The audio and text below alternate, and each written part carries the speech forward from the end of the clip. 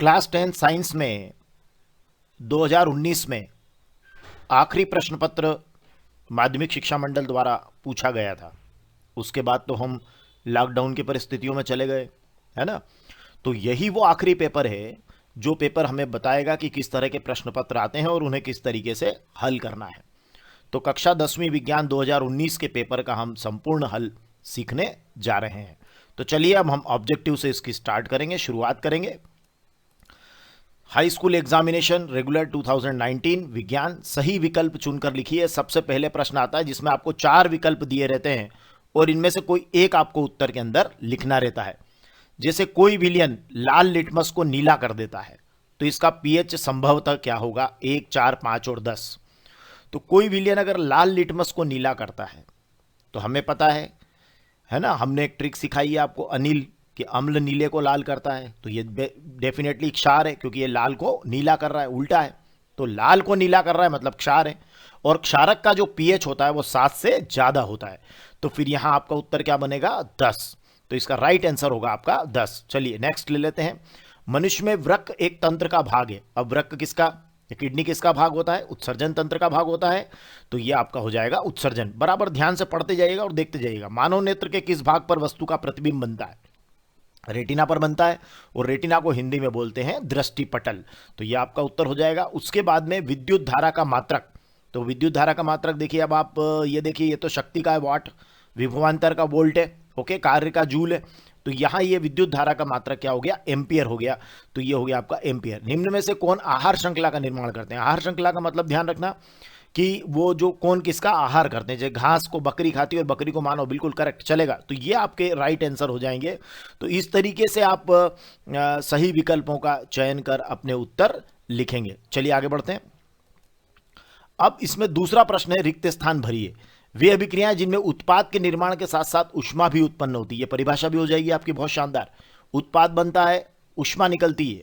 निकलती मतलब उत्पन्न, उत्पन्न शब्द के बजाय ऊष्मा प्राप्त होती शब्द ज्यादा बेहतर होता, लेकिन ठीक है, पेपर में लिखा है उत्पन्न होती है तो उसे हम कहेंगे ऊष्मा क्षेपीय अभिक्रिया। आधुनिक आवर्त सारणी में कितने समूह है? 18 समूह है। तो ये हमें लिखना चाहिए। मेंडलिप ने किसके नियम दिए थे? वंशागति के नियम दिए थे। और सामान्य दृष्टि के लिए सुस्पष्ट दृष्टि की न्यूनतम दूरी, बहुत वो कम से कम दूरी जो हम देख पाते हैं अच्छे से शानदार तरीके से, 25 सेंटीमीटर। और एक पोषी स्तर से दूसरे पोषी स्तर तक ऊर्जा का स्थानांतरण कितना होता है? 10% होता है। तो ये हमारे आपके उत्तर हो जाएंगे इस तरीके से। ये रिक्त स्थान के सारे आपके आंसर हो जाएंगे। तो चलिए आगे, अब तीसरे प्रश्न पर हम आते हैं। तीसरा हमारा प्रश्न है सही जोड़ी बनाने का। अब सही जोड़ी में 2 कॉलम रहेंगे, ए और कॉलम बी। कॉलम ए और कॉलम बी में कुछ ऐसे प्रश्न रहेंगे जो उनके सामने आपके उसके उत्तर लिखे रहेंगे, लेकिन आपको उसको मैच करना पड़ेगा कि उसका सही उत्तर क्या है। जैसे सोडियम, अब सोडियम क्या है? तो सोडियम को हम देखें तो अति क्रियाशील है। जैसे सोडियम, पोटेशियम, ये सब क्रियाशील धातु हैं। तो यहाँ सोडियम लिखा है तो ये अति क्रियाशील में आ गया। पोटेशियम के बाद सबसे ज़्यादा क्रियाशील है। नेफ्रॉन जो है हमें पता है कि ये उत्सर्जन तंत्र का भाग है और उत्सर्जन तंत्र किसके अंदर है? ये वृक्क के अंदर आता है। तो ये आपका हो गया नेफ्रॉन, है ना। वृक्क की संरचनात्मक इकाई हो गई। अंतःस्रावी ग्रंथि, ओके, हार्मोन से इसका संबंध है। समजात अंग, हमारे हाथ और कुत्ते के अग्रपाद क्या है? समजात अंग है। और विभवांतर का मात्रक, मात्रक की बजाय आप इसको लिखेगा विभवांतर का मापन, है ना। तो विभवांतर का मापन होता है हमारा वोल्टमीटर के द्वारा। तो ये हमारा मापन शब्द हो जाएगा यहाँ पे। और ये आपका एक छूट जाएगा, द्रव धातु, जो यहाँ पारा लिखा हुआ नहीं है, अदरवाइज हम इसको ऐसा कर लेते। तो चलिए अब इसको थोड़ा हम व्यवस्थित करके लिख देते हैं। तो देखिए मैंने यहाँ इसको मापन शब्द इसका सही कर दिया है। और ये आपका देखिए सोडियम अतिक्रियाशील, नेफ्रॉन वृक्क की संरचनात्मक इकाई, अंतःस्रावी ग्रंथि हार्मोन, समजात अंग हमारे हाथ और कुत्ते के अग्रपाद, और विभवांतर का मापन वोल्टमीटर के द्वारा होता है। नेक्स्ट चलिए अब आगे बढ़ते हैं। हमारा एक वाक्य में उत्तर कि शुद्ध जल का पीएच क्या है? शुद्ध जल तो उदासीन होता है ना। तो उसका पीएच मान क्या होना चाहिए? है ना, 7 से कम अम्लीय, 7 से ज़्यादा क्षारकीय। और शुद्ध जल का पीएच 7। हरे पौधों की पत्तियों में कौन सा वर्णक होता है? क्लोरोफिल होता है। मनुष्य की शरीर में आयोडीन की कमी से कौन सा रोग? हमें पता है गाइटर होता है, घेंगा रोग होता है। और 2 जीवाश्म ईंधन कौन कौन से हैं? तो हमारे हैं 2 जीवाश्म ईंधन है, कोयला और पेट्रोलियम। और दर्पण सूत्र का मतलब होता है, दर्पण सूत्र से अभिप्राय ये होता है कि जो गोलीय दर्पण होता है उसमें वस्तु की दूरी u, प्रतिबिंब की दूरी v और फोकस दूरी f में संबंध। तो u v f में रिलेशन जो होगा वो दर्पण सूत्र होगा। तो वो होगा 1/f is equal to 1/u plus 1/v। तो ये है हमारे सारे के सारे objectives. MP board class 10 science में 2019 का जो प्रश्न पत्र है उसमें 2 और 3 अंक के जो प्रश्न आए थे उनको हम आदर्श उत्तर सहित देख रहे हैं। ये आने वाली परीक्षाओं के लिए बहुत महत्वपूर्ण रहेगा। सबसे पहले इसमें जो प्रश्न आया था प्रश्न क्रमांक 5 जो 2 अंक का था कि विकृत गंधिता क्या है। तो हम जानते हैं कि जब तेल या वसा युक्त जो खाने की सामग्री है अगर वो लंबे समय तक रह जाती है तो उसका ऑक्सीकरण हो जाता है, अर्थात वो उपचयित हो जाती है और उसका गंध और स्वाद बदल जाता है। इसे ही विकृत गंधिता कहते हैं। फिर इसके अथवा में प्रश्न आया था कि लोहे की वस्तुओं को हम पेंट क्यों करते हैं। तो बहुत साधारण उत्तर है कि जंग से बचाने के लिए हम ऐसा करते हैं, क्योंकि लोहे की वस्तुएं अगर आर्द्र वायु के संपर्क में आई तो उनमें क्या लगेगी, जंग लगेगी। तो उनको आर्द्र वायु के संपर्क में आने से बचाते हैं जिससे वह संक्षारित नहीं होती है। फिर ये संयोजकता क्या है। तो हमें पता है कि परमाणु के जो बाह्यतम कक्ष में उसको इलेक्ट्रॉनों के अष्टक बनाने के लिए या तो उसको इलेक्ट्रॉनों की साझेदारी करना पड़ती है या स्थानांतरण करना पड़ता है। मतलब या तो इलेक्ट्रॉन देना होता है और या उसको त्यागना होता है। तो वो जो संख्या है वही उस तत्व की क्या कहलाती है, संयोजकता कहलाती है। फिर है न्यूलैंड के अष्टक सिद्धांत की 2 सीमाएं लिखिए। यह प्रश्न क्रमांक 6 का अथवा है। तो न्यूलैंड के अष्टक सिद्धांत केवल कैल्शियम तक ही लागू था और उसके बाद क्या हुआ, कैल्शियम के बाद जो हर 8वां तत्व था उसका गुणधर्म पहले तत्व से नहीं मिल रहा था। चलिए दूसरी बात जो न्यूलैंड के अष्टक सिद्धांत की सीमा थी वो थी कि ये केवल हल्के तत्वों के लिए ठीक से लागू हो पाया। चलिए अगला प्रश्न देखते हैं जो प्रश्न क्रमांक 7 था पेपर का। परागण क्या है। तो परागण में हम जानते हैं कि पराग कणों का क्या होता है, पराग कोश से वर्तिकाग्र पर पहुंचना परागण कहलाता है। तो जो पुष्प होता है उसके पराग कोश से जो है उसके वर्तिकाग्र पर जो पराग कण पहुंचते हैं तो उसे हम कहते हैं परागण। और इसके अथवा में प्रश्न था कि द्विखंडन बहुखंडन से किस प्रकार भिन्न है। तो द्विखंडन में क्या होता है कि कोशिका विभाजन होता है और एक जीव 2 भागों में बढ़ जाता है जैसा कि अमीबा में होता है ना। जबकि बहुखंडन में जीव क्या होता है, कई छोटे छोटे खंडों में बढ़ जाता है। तो नाम से ही पता, द्विखंडन मतलब 2 भाग और बहुखंडन मतलब कई छोटे छोटे खंड, और हर एक खंड वृद्धि करके नया जीव बनाता है, जैसे मलेरिया परजीवी प्लाज्मोडियम में ऐसा होता है। अब प्रश्न क्रमांक 8, रिड्यूस सिलेबस की दृष्टि से क्रास इसलिए लगाया कि रिड्यूस सिलेबस जो अभी 2021 का है उसमें प्रश्न नहीं है, लेकिन आने वाले सालों के लिए ये रहेगा, इसलिए मैंने इसको छोड़ा नहीं है, लेकिन यहाँ क्रास का निशान लगा दिया कि 2021 के लिए ये प्रश्न नहीं है। जीवाश्म किसे कहते हैं। हमें पता है कि हजारों लाखों साल में जो मृत जीव होते हैं उनके जो परिरक्षित कठोर अवशेष होते हैं, जैसे चट्टानों पर पैरों के निशान आदि जो है उनके शरीर की जो छाप होती है उसी को हम क्या कहते हैं, जीवाश्म कहते हैं। अब इसके अथवा में भी जो प्रश्न है वो भी अभी 2021 का पार्ट नहीं है। समजात अंग किसे कहते हैं कि वे अंग जो अलग अलग जीवों में अलग अलग कार्य करते हैं लेकिन आधारभूत संरचना में समान होते हैं, जैसे हमारे हाथ और कुत्ते के अग्रपात। तो चलिए अब एक और प्रश्न। अब यहाँ से हम 3 अंक के प्रश्नों की शुरुआत कर रहे हैं कि गोलीय दर्पण के वक्रता केंद्र की परिभाषा लिखो। तो जो गोलीय दर्पण होता है ना, गोलीय दर्पण, तो गोलीय दर्पण में क्या होता है कि वो जिस गोले का भाग होता है उसके केंद्र को उसका वक्रता केंद्र कहते हैं। तो जब गोलीय दर्पण बनता है तो वो जिस गोले का भाग होता है उसके केंद्र को उसका वक्रता केंद्र कहते हैं। इतना लिख देना पर्याप्त है, लेकिन अगर आप चित्र बनाना चाहें तो मैंने इस जो ये प्रेजेंटेशन है इसके सबसे आखिरी में वो चित्र आपको दे रखा है, वो भी इसके साथ लगा दीजिएगा अगर जरूरी समझें। चलिए अब इसके अथवा एक मैं जो प्रश्न है कि अवतल दर्पण के मुख्य फोकस की परिभाषा लिखिए।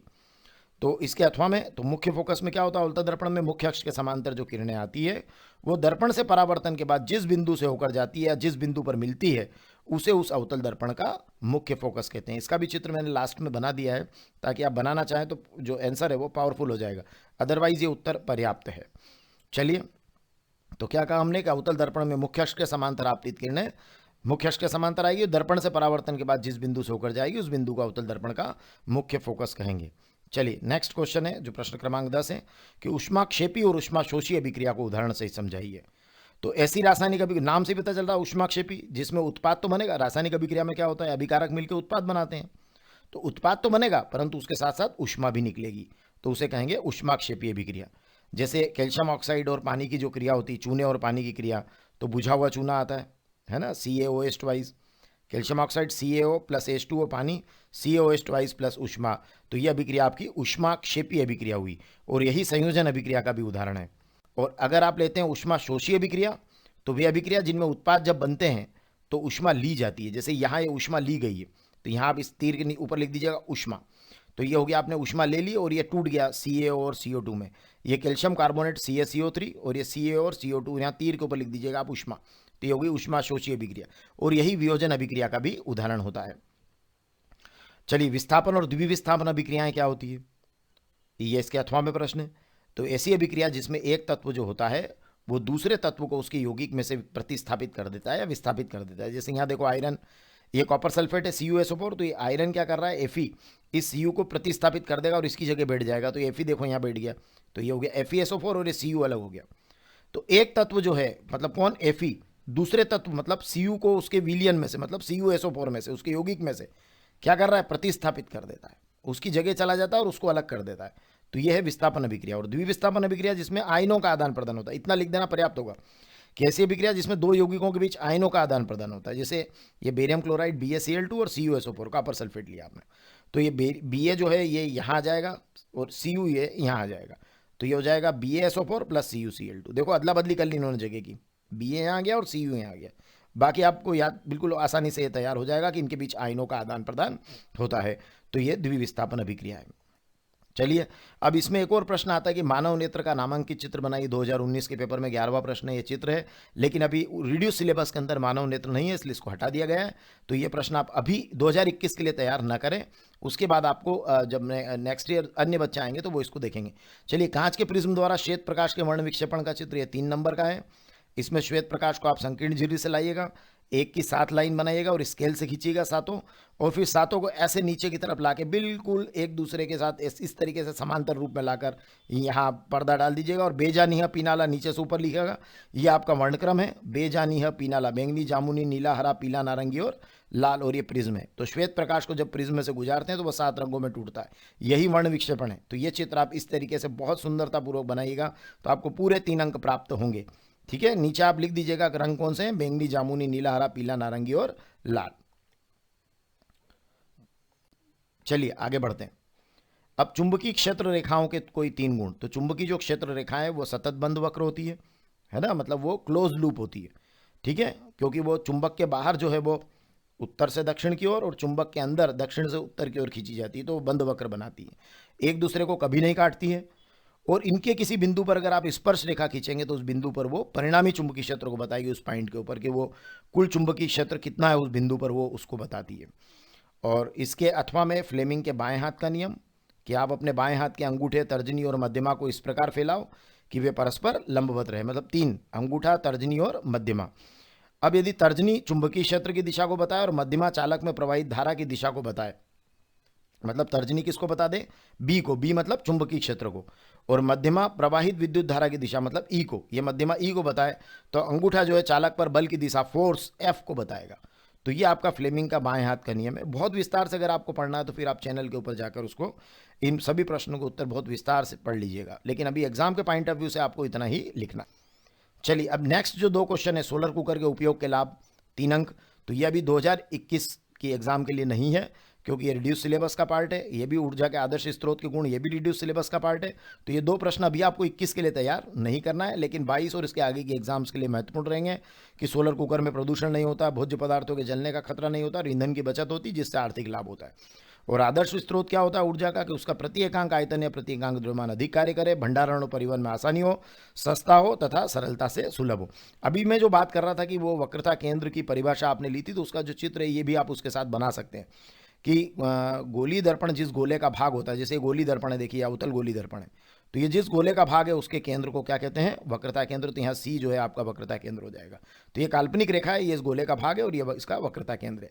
और साथ ही अभी जो मुख्य फोकस में जो फोकस की आपने परिभाषा लिखी थी अवतल दर्पण की, कि ये जैसे अवतल दर्पण है और ये लाइन इसकी मुख्य फोकस मुख्य अक्ष है, तो इसके समांतर आने वाली किरणें, देखिए ये इसके समांतर 2 किरणें आई, तो ये दर्पण से परावर्तन के बाद जिस बिंदु से गुजरी, देखिए ये भी परावर्तन के बाद जिस पॉइंट से गुजरी, ये कहलाएगा मुख्य फोकस। तो आप ये वाला चित्र भी उसके साथ बना सकते हैं, इंप्रेशन के लिए आप ऐसा कर सकते हैं। चलिए, नेक्स्ट वीडियो में हम लोग लेंगे 4 और 5 अंक, 2019 के 4 और 5 अंकों के प्रश्नों के उत्तर, ताकि आपको एग्जाम में पूरे 100 में से 100 अंक प्राप्त हो सके। धन्यवाद।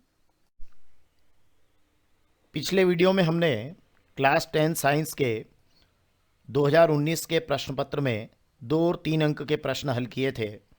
आज हम 4 अंक के प्रश्न आदर्श उत्तर सहित देखेंगे। इसमें जो पिछला वीडियो था उसमें 2 प्रश्न छूट गए थे, 3 अंक के, वो मैं ले लेता हूं। उसके बाद में 4 अंक के प्रश्नों पर आते हैं।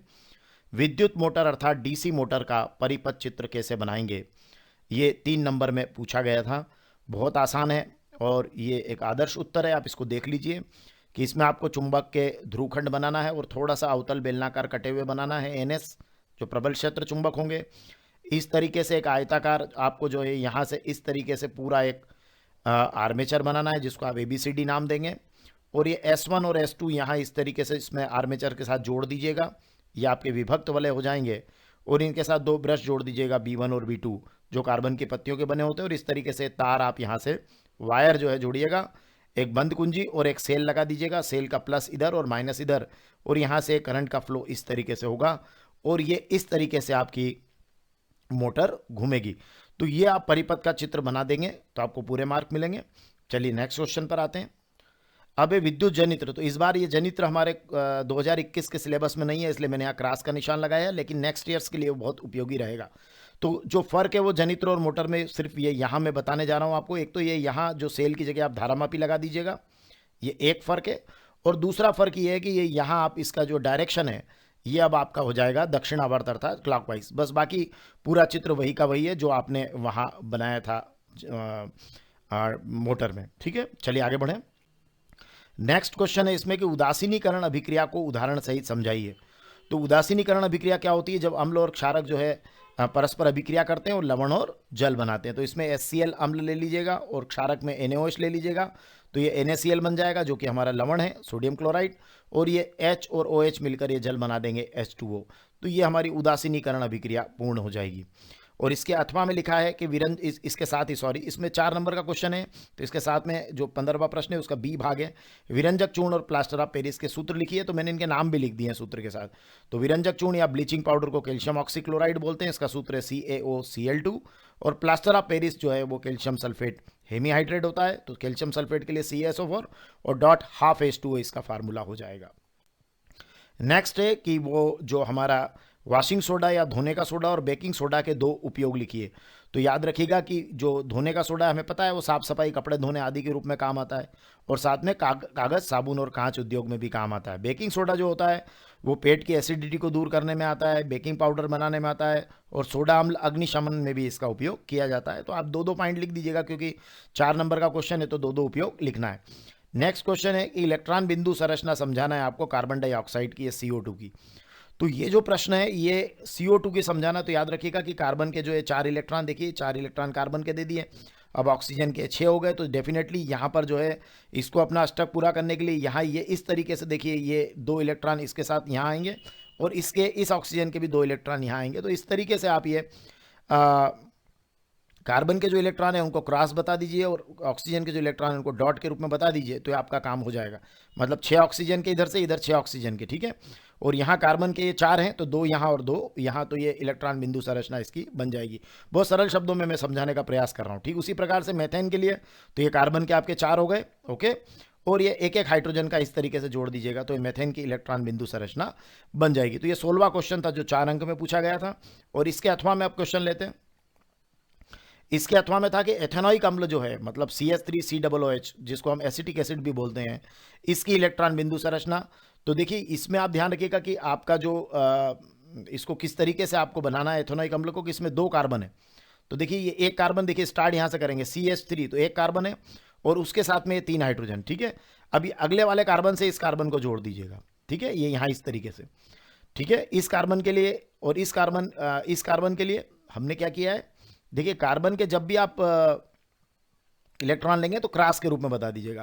तो ये कार्बन के 4 इलेक्ट्रॉन, ठीक है, और ये इस कार्बन के 4, ठीक है। पहले मैं यहाँ शुरू कर रहा हूँ CH3, तो देखिए ये 3 हाइड्रोजन के एक एक इलेक्ट्रॉन जो है डॉट के रूप में बता दिया, हो गया CH3, ठीक है। अब फिर से C आया, ये C आ गया, और ये कार्बन के 4 इलेक्ट्रॉन दे दीजिए, तो 2, ठीक है, 2 कैसे देंगे, देखिए आप ध्यान से देखिएगा, तो इसके 4 बन रहे हैं, इस कार्बन के 4 इलेक्ट्रॉन देखिए, तो ये यहाँ से इस कार्बन के जो 4 इलेक्ट्रॉन है वो यहाँ देखिए, ये ऑक्सीजन के ये 2 2 4 और 2 6 हो गए, ओके।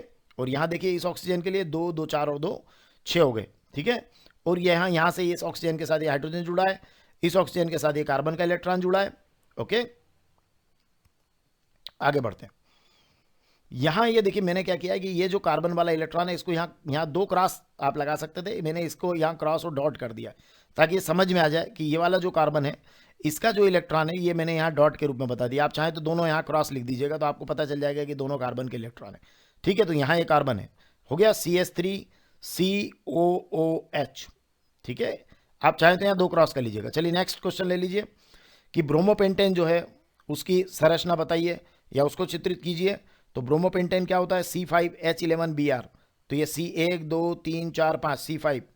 अब H11 तो देखिए सब पे H लगा है तो ये 10 H हो गए, एक H है और ये Br, तो ये ब्रोमोपेंटेन का हो जाएगा। ये उसके अथवा का क्वेश्चन था। नेक्स्ट है साबुन और अपमार्जक में दो अंतर। वैसे अभी इस बार कोर्स में नहीं है 2021 के लिए, लेकिन बात के लिए बड़ा महत्वपूर्ण है। कठोर जल में झाग नहीं देते हैं, इनकी सफाई क्रिया कमजोर है साबुन की, और अपमार्जक कठोर जल में झाग देते हैं और इनकी सफाई क्रिया अपेक्षाकृत क्या है, बेहतर है। चलिए अब समजातीय श्रेणी को परिभाषित कीजिए, इस साल के लिए बड़ा इंपॉर्टेंट क्वेश्चन रहेगा। समजातीय श्रेणी क्या होती है, कार्बनिक यौगिकों का एक समूह होती है जिनकी संरचना एक जैसी होती है और रासायनिक गुणधर्म भी एक जैसे होते हैं। और श्रेणी में हर आगे आने वाला जो यौगिक होता है वो अपने एकदम पीछे वाले यौगिक से CH2 समूह में अंतर रखता है। जैसे अगर आप एल्केन में जाएंगे तो मेथेन का CH4 होता है ना, और उसके बाद में क्या होता है, मेथेन के बाद एथेन आता है तो C2H6 हो जाता है, तो यहाँ CH2 का अंतर आ जाता है। तो श्रेणी में हर आगे आने वाला यौगिक अपने से एकदम पीछे वाले यौगिक से क्या होगा, CH2 समूह में अंतर रखेगा। तो एल्केन में ऐसा हो जाएगा कि मेथेन, एथेन, प्रोपेन और ब्यूटेन इस तरीके की एक समजातीय श्रेणी बनेगी जिनकी एक जैसी संरचना और रासायनिक गुणधर्म एक जैसे होंगे। चलिए अब इसके साथ में एक क्वेश्चन और देखिए आप कि उत्सर्जन तंत्र का नामांकित चित्र बनाइए। तो उत्सर्जन तंत्र में क्या करना है आपको, ये यहाँ आप महाधमनी बनाएंगे, यहाँ महाशिरा बनाएंगे, और महाधमनी से जुड़ी हुई जो है, महाधमनी को वृक्क से जोड़ने वाली बाईं वृक्क ध्वनि, और महाशिरा को जो है, महाशिरा को ये वृक्क से जोड़ने वाली ये बाईं वृक्क शिरा। इसी तरीके से यहाँ दाईं साइड भी आपको जोड़ देना है, एक जोड़ी वृक्क बनाना है, और ये आपकी एक जोड़ी जो है वो क्या हो जाएगी, मूत्रवाहिनी, ये मूत्राशय और ये मूत्रमार्ग। बहुत आसान चित्र बनाया है, आप इसको बहुत आसानी से बना पाएंगे, रोक कर आप इसको बढ़ा लीजिएगा। नेक्स्ट है कि ग्लूकोज के ऑक्सीकरण के से विभिन्न जीवों में ऊर्जा प्राप्त करने के पद क्या क्या हैं। तो इसको थोड़ा सा हमें समझना चाहिए कि जैसे अगर ऐसा होता है तो देखिए ग्लूकोज के ऑक्सीकरण से ऊर्जा प्राप्त करने के विभिन्न पथों को देखिए। तो यहाँ ग्लूकोज है और इसका जो विखंडन है कोशिका द्रव्य में पायरुवेट बनता है, और पायरुवेट का जब वो ऑक्सीजन की उपस्थिति में होता है तो हम उसको वायवीय श्वसन कहते हैं, और वो माइटोकॉन्ड्रिया में संपन्न होता है, उसमें जल CO2 बनते हैं और ऊर्जा मिलती है। और अगर वही अवायवीय श्वसन में होता है तो जल की जगह आपको इथेनॉल निकालना है, CO2 प्लस ऊर्जा। देखिए सेम है, यहाँ जल की जगह अंतिम उत्पाद जो है वो इथेनॉल है ना, यहाँ कार्बन डाइऑक्साइड है, यहाँ भी कार्बन डाइऑक्साइड है। ठीक है, और ये पायरुवेट का विखंडन हुआ है। अगर ऑक्सीजन की उपस्थिति में होता है तो वायवीय श्वसन, ऑक्सीजन की अनुपस्थिति में होता है तो अवायवीय श्वसन। और हमारी पेशी कोशिकाओं में कभी कभी ऑक्सीजन का अभाव हो जाता है तो वो लैक्टिक अम्ल बनने के कारण होता है ऐसा, तो लैक्टिक अम्ल प्लस ऊर्जा लिख दीजिएगा। तो इस तरीके से आपका ये ऊर्जा प्राप्त करने के विभिन्न पद भी हो जाएंगे। नेक्स्ट क्वेश्चन है चार पादप हार्मोन के नाम और उनके कार्य। तो ये भी इस बार नहीं है लेकिन नेक्स्ट ईयर आपके एग्जाम में रहेगा, तो 2021 के लिए आप तैयार मत कीजिएगा। ऑक्सीजन जो है वो शीर्ष प्रमुखता के लिए उत्तरदायी है। ठीक है, मतलब ये कोशिकाओं और पौधों की लंबाई में वृद्धि में सहायक है, और ये जिब्रेलिन जो है ये तने की वृद्धि में सहायक है, और साइटोकाइनिन याद रखिएगा कोशिका विभाजन के लिए उत्तरदायी है, और ये गैसीय हार्मोन है इथिलीन, जैसे खास तौर पर फलों को पकाने वाला नेचुरल हार्मोन है, और एब्सिसिक अम्ल को बोलते हैं वृद्धि रोधक हार्मोन। तो क्या ठीक है, इस बार नहीं है लेकिन नेक्स्ट ईयर आप ध्यान रखिएगा। चलिए तंत्रिका कोशिका है, न्यूरॉन का चित्र भी इस बार हमारे सिलेबस में नहीं लेकिन 9th के लिए बहुत इंपॉर्टेंट है। तो इसमें ये द्रुमिका है, यहाँ एक केंद्रक है, और ये कोशिका का या सेल बॉडी है, ये कोशिका का है, सेल बॉडी बोलते हैं इसको, और ये जो है वो कोशिका द्रव्य जिसको साइटोप्लाज्म बोलते हैं, ये तंत्रिकाक्ष और ये तंत्रिका का अंतिम सिरा है। तो ये आपकी जो है इस तरीके से आपका तंत्रिका कोशिका का चित्र बन जाएगा। अब ओम का नियम लिखिए। तो 19वें का ये क्वेश्चन है, ये भी 4 नंबर में 2 भाग हैं इसके। तो ओम का नियम क्या है, ओम का नियम ये है कि कोई भी अगर बंद विद्युत परिपथ है तो उसमें धातु के तार के सिरों पर जो विभवांतर होगा वो उसमें प्रवाहित धारा के अनुक्रमानुपाती होगा। मतलब चालक के सिरों पर उत्पन्न विभवांतर प्रवाहित धारा के अनुक्रमानुपाती होगा उस समय जबकि चालक की भौतिक अवस्था, जैसे मान लो प्रैक्टिकल के दौरान टेम्परेचर आदि न बदले, तो फिर जो विभवांतर V है वो धारा I के अनुक्रमानुपाती होगा, और V इजिकल टू हो जाएगा RI, या I इजिकल टू लिख सकते हैं आप V/R, जहां R तार का प्रतिरोध हो जाएगा। आगे बढ़ेंगे। तो इसके साथ में क्वेश्चन और आया था कि विद्युत धारा की परिभाषा लिखिए। तो किसी भी विद्युत परिपथ में जो आवेश होता है, उसके विद्युत आवेश होता है, उसके प्रवाह की दर को विद्युत धारा कहते हैं। मतलब विद्युत धारा जो है वो आवेश बटे समय होता है, इसीलिए यहाँ दर शब्द लिखा है। और इसका ऐसा ही मात्रक होता है एम्पियर। और इसके अथवा में विद्युत परिपथ में प्रयुक्त अवयवों के ऋण चिन्ह बनाना है। तो जैसे पहला वाला ऋण चिन्ह है विद्युत सेल का, तो विद्युत सेल का जब भी आप चित्र बनाएं तो यहाँ क्या कीजिए, एक डंडा बड़ा जो अधिक विभव को बताएगा, एक डंडा छोटा जो कम विभव को बताएगा, और बड़े डंडे की तरफ प्लस, छोटे डंडे की तरफ माइनस, और यहाँ तार इस तरीके से आप लगा दीजिएगा तो ये आपका विद्युत सेल बन जाएगा। अगर आप तार संधि बनाना चाहते हैं तो एक तार ऐसे लाइएगा, एक तार को ऐसे लाइएगा और एक बिंदु बना दीजिएगा, तो ये वायर का जॉइंट हो जाएगा। जैसे अपन कई बार तार टूट जाता है तो उसको जोड़ते हैं, लाइक दिस है। और विद्युत बल्ब के लिए आप बिल्कुल जस्ट ऐसी स्ट्रक्चर बना दीजिएगा। और वोल्ट मीटर के लिए आप गोले के अंदर वी लिख दीजिएगा और एक तरफ प्लस और एक तरफ माइनस कर दीजिएगा। तो ये आपके इस तरीके से प्रयुक्त अवयव के ऋण चिन्ह बन जाएंगे। आगे हम 5 नंबर के क्वेश्चंस भी आपके साथ शेयर करेंगे, नेक्स्ट वीडियो के लिए वेट करेंगे। पिछले 2 वीडियो में हमने कक्षा 10वीं विज्ञान में 2019 का जो विज्ञान विषय का प्रश्न पत्र था, उसमें एक वीडियो में हमने 3 अंक के प्रश्न के आदर्श उत्तर समझे थे, और दूसरे वीडियो में हमने 4 अंक के प्रश्न के आदर्श उत्तर समझे थे। आज हम बात करेंगे 5 अंक के जो प्रश्न उस प्रश्न पत्र में आए थे 2019 में, उनके आदर्श उत्तर क्या हों कि हमें पूरे में से पूरे अंक प्राप्त हों। जैसे एक प्रश्न है कि परिभाषित कीजिए अयस्क और गैंग को। वैसे तो क्या है कि ये प्रश्न अभी आपकी 2021 की परीक्षा के लिए इस प्रश्न को कोर्स में नहीं रखा गया है, लेकिन बाद की एग्जाम्स के लिए काम आएगा आने वाले वर्षों में। अयस्क और गैंग के बारे में हम थोड़ा बहुत जानते हैं कि खनिजों में कुछ विशेष धातुएं बहुत अधिक मात्रा में जब होती है तो उनको आसानी से निकाला जा सकता है, ऐसे खनिज कहलाते हैं अयस्क। मतलब क्या होता है कि खनिजों में भी अगर मान लो धातुओं को निकालने में आसानी हो, मतलब अधिक मात्रा में हो, तो फिर उन खनिजों को हम एक खास नाम से पुकारते हैं, वो है अयस्क। और गैंग जो होता है ना, गैंग मतलब गैंग क्या होता है कि जो पृथ्वी से हम जो खनिज अयस्क प्राप्त करते हैं तो उसमें मिट्टी, रेत आदि जैसी कई अशुद्धियां होती हैं, उनको हम कहते हैं गैंग। चलिए अब इसके बाद में क्वेश्चन नंबर 20 का बी जो है 5 अंक का ये प्रश्न, उसमें 2 नंबर में तो उन्होंने ये परिभाषा पूछी थी और 3 नंबर में उन्होंने धातु अधातु के 3 अंतर पूछे थे। तो अंतर में आप रासायनिक गुणों में अंतर पूछा है तो ऑक्सीजन से क्रिया लिख दीजिए, इसमें क्षारीय या धात्विक ऑक्साइड बनाती है धातुएं, और अधातुएं जो है अम्लीय या उदासीन ऑक्साइड बनाती है। हाइड्रोजन से ज़्यादातर धातुएं क्रिया नहीं करती है, लेकिन अधातुएं जो है वो सहसंयोजी हाइड्राइड बनाते हैं। और क्लोरीन से क्रिया करने पर धातुएं आयनिक क्लोराइड बनाती है, जबकि अधातुएं सहसंयोजी क्लोराइड बनाती है। चलिए अब नेक्स्ट क्वेश्चन ले लेते हैं। तो लोहे को जंग से बचाने के 2 उपाय लिखिए। तो लोहे को कैसे जंग से बचा सकते हैं, या तो हम उस पर पेंट कर दें या उस पर यशद लेपन कर दें। तो यशद लेपन करने का मतलब है कि लोहे की जो भी वस्तु है उस पर पारे की परत चढ़ाने को कहते हैं यशद लेपन करना, जिससे वो लोहे की वस्तुएं जंग से बची रहती है। अगर 20वें प्रश्न के अथवा में ये जो दूसरा प्रश्न अगर हम देखें तो उसमें कारण बताओ पूछा है कि प्लेटिनम, सोना और चांदी का उपयोग आभूषण बनाने के लिए क्यों किया जाता है।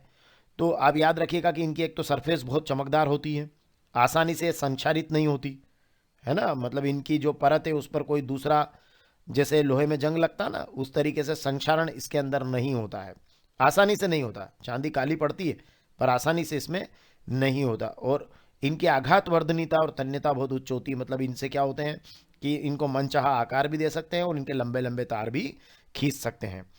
अब आयनिक यौगिकों के गलनांक उच्च क्यों होते हैं, इसके साथ 20वें में एक प्रश्न पूछा था। तो जो आयनिक यौगिक होते हैं उनको याद रखिएगा कि आयनिक यौगिक जो होते हैं वो धनात्मक और ऋणात्मक आयनों से मिलकर बने होते हैं। और ये आयन्स जो होते हैं ना, ये आपस में किससे बंधे होते हैं, स्थिर विद्युत आकर्षण बल से, और वो भी कौन सा, मजबूत स्थिर विद्युत आकर्षण बल से। आयनिक यौगिक धनात्मक और ऋणात्मक आयनों से तो बने होते हैं, परंतु इस जो इनके बीच में जो बंध होता है वो स्थिर विद्युत जो बंध होता है, वो स्थिर विद्युत जो आकर्षण बंध होता है वो बहुत मजबूत होता है। अब इसको अगर आपको तोड़ना है तो क्या करना पड़ेगा, बंध तोड़ने का मतलब क्या है, उनको ठोस अवस्था से किसमें बदलना है, द्रव में, तो बहुत ज़्यादा ऊष्मा ऊर्जा देने की जरूरत पड़ेगी, मतलब उनके गलनांक क्या होते हैं, उच्च होते हैं। अब पुष्प के अनुधेरे काट का स्वच्छ नामांकित चित्र बनाने के लिए आपको क्या करना चाहिए कि यहाँ बीचों बीच में आपको ये एक शेप देकर इसमें आपको यहाँ वर्तिकाग्र, ये वर्तिका और ये अंडाशय, इस टाइप का एक शेप बनाना चाहिए। और ये आपके स्त्री के सर के भाग हो जाएंगे। इन्हीं के अंदर बीजांड और मादा युग्मक, ये बीजांड और ये मादा युग्मक। और फिर पुंकेसर के भाग में पराग कोश और तंतु बना दीजिएगा। तो ये पराग कोश है और ये तंतु है, ऐसे कई सारे बना दीजिएगा। ये दल या पंखुड़ी हो जाएगी और ये आपका बाह्य दल हो जाएगा। और यहाँ जो है ये जो पराग कोश है, इससे पराग कण यहाँ आएंगे वर्तिकाग्र पर, तो ये पराग कण बना दीजिएगा और ये आपका नर युग्मक हो जाएगा। अगर आप ये बीजांड, मादा युग्मक, पराग कण और नर युग्मक नहीं भी लिखेंगे तब भी आपको एग्जाम में पूरे मार्क्स मिलेंगे। नेक्स्ट जो क्वेश्चन है कि अमीबा में द्विखंडन का क्रमवार नामांकित चित्र बनाइए। तो सबसे पहले तो ये नाभिक है, फिर इसका विभाजित होता है केंद्रक, ठीक है। और विभाजित केंद्रक का ये वाला जो स्वरूप है इसको आप देख लीजिए। फिर जो है यहाँ आकर ये डॉटर या संतति अमीबा का निर्माण होता है। तो ये विभाजित केंद्रक देखिए यहाँ पर, ये इस तरह से, ये भी विभाजित केंद्रक है और ये संतति अमीबा, ये डॉटर अमीबा का निर्माण हो गया। तो ये द्विखंडन का क्रमवार नामांकित चित्र है, जिसमें नाभिक जो है वो इस तरीके से, इसका जो न्यूक्लियस है वो 2 भागों में बढ़ता है और देन आफ्टर जो है इस तरीके से डॉटर अमीबा बनती है। एक और प्रश्न है कि कायिक प्रवर्धन क्या है। तो इसमें 2 प्रश्नों को मिलाकर ये प्रश्न तैयार किए गए थे। तो कायिक प्रवर्धन में क्या है कि आपने देखा होगा आलू पर भी बहुत सारे कुछ नए पौधे, उसमें आलू के ऊपर बहुत लंबे समय तक अगर वो पड़ा रहे और उसको नमी या उपयुक्त स्थितियाँ मिलती है तो उसके कुछ भाग जो है वो कुछ पौधे ऐसे होते हैं उनके जड़, तना और पत्तियां विकसित होकर नया पौधा उत्पन्न कर देते हैं। ऐसा हमने आलू में भी देखा है। तो ये कायिक प्रवर्धन कहलाता है। मतलब बहुत से ऐसे पौधे होते हैं जिन्हें अगर उपयुक्त परिस्थितियां मिले तो उनके कुछ भाग जैसे जड़, तना और पत्तियां विकसित होकर नया पौधा उत्पन्न कर देते हैं और इसे ही हम कहते हैं कायिक प्रवर्धन। चलिए अब नेक्स्ट क्वेश्चन लेते हैं कि परावर्तन के नियम लिखिए। तो परावर्तन के 2 नियम है। आपतन कोण सदैव परावर्तन कोण के बराबर होता है और आपतित किरण और जो टकराकर लौटती है वो परावर्तित किरण, और वो जो आपतन बिंदु जिस पर आप अभिलंब खींचते हैं वो तीनों एक ही तल में होते हैं। फिर इसके साथ एक क्वेश्चन और कि उस लेंस की फोकस दूरी ज्ञात कीजिए जिसकी क्षमता -2.0 डायोप्टर है और लेंस किस प्रकार का है। तो लेंस की क्षमता का हमारा फार्मूला हमें पता है, P = 1/f, f मीटर में, ये m जो है ये मीटर का संकेत है। तो अब यहाँ पर क्षमता कितनी दी हुई है, -2 दे रखी है, तो -2 लिख दीजिए, = हो जाएगा 1/f, f मीटर में है। ओके, तो f लिखेंगे जब आप तो ये हो जाएगा -1/2, और -1/2 का मतलब होता है, देखिए 1/2 का मतलब 0.5 हो गया, तो ये -0.5 हो गया और ये मीटर हो गया। मतलब ये f जो फोकस दूरी है मीटर में 0.5 आ गई।